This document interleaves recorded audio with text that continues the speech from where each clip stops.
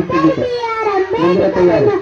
ದೇಶಕ್ಕೆ ಕೊಡುಗೆಯಾಗಿ ಕೊಟ್ಟಂತಹ ತಾಯಿ ಭೀಮಾಬಾಯಿಯನ್ನು ನೆನೆಯುತ್ತಾ ವಿಜ್ಞಾನ ರೂಪದಲ್ಲಿ ಮಹಾನ್ ರಾಷ್ಟ್ರಪತಿಯಾಗಿ ಎಪಿಜೆ ಅಬ್ದುಲ್ ಕಲಾಂರನ್ನು ಈ ದೇಶಕ್ಕೆ ಕೊಡುಗೆಯಾಗಿ ಕೊಟ್ಟಂತಹ ತಾಯಿ ಹಸೀನಾರನ್ನು ನೆನೆಯುತ್ತಾ 125 ಕೋಟಿ ಜನರಿಗೆ ಜನ್ಮ ನೀಡಿದ ತಾಯಿ ಭಾರತಾಂಬೆಯನ್ನು ನೆನೆಯುತ್ತಾ ನನ್ನ ಪ್ರೀತಿಯ ಮುದೋಳ ಗ್ರಾಮದ ನಿವೃತ್ತಿ ಯೋಧರಾದ ಶರಣಪ್ಪ ವೀರಾಪುರ್ ಇವರನ್ನು ಈ ಗ್ರಾಮಕ್ಕೆ ಕೊಡುಗೆಯಾಗಿ ಕೊಟ್ಟಂತಹ ತಾಯಿ ಮರಿಯಮ್ಮರನ್ನು ನೆನೆಯುತ್ತಾ ರಾಯಪ್ಪ ಉಂಡಿ ಇವರನ್ನು ಈ ಗ್ರಾಮಕ್ಕೆ ಕೊಡುಗೆಯಾಗಿ ಕೊಟ್ಟಂತಹ ತಾಯಿ ಶಿವಗಂಗಮ್ಮರನ್ನು ನೆನೆಯುತ್ತಾ ಬಸವರಾಜ ಹರಿಜನ್ ಇವರನ್ನು ಈ ಗ್ರಾಮಕ್ಕೆ ಕೊಡುಗೆಯಾಗಿ ಕೊಟ್ಟಂತಹ ತಾಯಿ ರಾಮವರನ್ನು ನೆನೆಯುತ್ತಾ ಹನುಮಂತಪ್ಪ ಅಗತಿಗೆ ಇವರನ್ನು ಈ ಗ್ರಾಮಕ್ಕೆ ಕೊಡುಗೆಯಾಗಿ ಕೊಟ್ಟಂತಹ ತಾಯಿ ಶಿವಮ್ಮರನ್ನು ನೆನೆಯುತ್ತಾ ಜಯರಾಜ್ ಕಣ್ಣೂರ್ ಇವರನ್ನು ಈ ಗ್ರಾಮಕ್ಕೆ ಕೊಡುಗೆಯಾಗಿ ಕೊಟ್ಟಂತಹ ತಾಯಿ ಸರೋಜಾರನ್ನು ನೆನೆಯುತ್ತಾ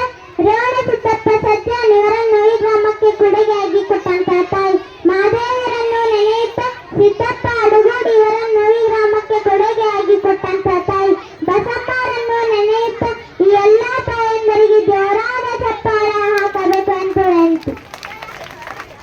ಯಾಕಂದ್ರೆ ಬಿಸಿಲು ಮಳೆ ಗಾಳಿ ನಮ್ಮ ಸಲುವಾಗಿ ಯುದ್ಧ ಮಾಡುತ್ತಿರುತ್ತಾರೆ. ಮೊಟ್ಟ ಮೊದಲು ಕ್ರಾಂತಿ ಹೋರಾಟಗಾರರು ಯಾರು ಗೊತ್ತಾ? ಯಾರಿಗಾದರೂ ಗೊತ್ತಾ? ಗೊತ್ತಿಲ್ಲ ಅನ್ಸುತ್ತೆ. ವಾಸುದೇವ ಬಲವಂತ್ ಪಡ್ಕೆ ಅಂತಕ್ಕಂತ ಹೆಸರು ಕೇಳಿದರೆ ನೀಚೆ ಮೇಲೆ ಕೈ ತರಬೇಕು. ಭಾರತೀಯರಾದ ನಮಗೆ ಸುಮಾರು ಹೋರಾಟಗಾರರು ಇದ್ದಾರೆ. ಅದನ್ನು ಸಮಯ ಸಿಕ್ಕಾಗ ನೋಡೋಣ. ಜೆಂಡಾ ಹಾರಿಸುವ ಕಟ್ಟೆ ಅದು ಸಾಮಾನ್ಯ ಕಟ್ಟೆ ಅಲ್ಲ. ಸುಮಾರು 7-8 ಲಕ್ಷ ಯೋಧರ ಸಮಾಧಿಯಾಗಿದೆ. ಇದರ ಮೇಲೆ ಹತ್ತುವುದಕ್ಕೂ ನಮಗೆ ಅರ್ಹತೆ ಇಲ್ಲ. ಹೀಗಾಗಿ ಅದನ್ನು ಗೌರವಿಸೋಣ. ನನ್ನ ಮಾತಿನಲ್ಲಿ ತಪ್ಪಿದ್ದರೆ ಕ್ಷಮಿಸಿ.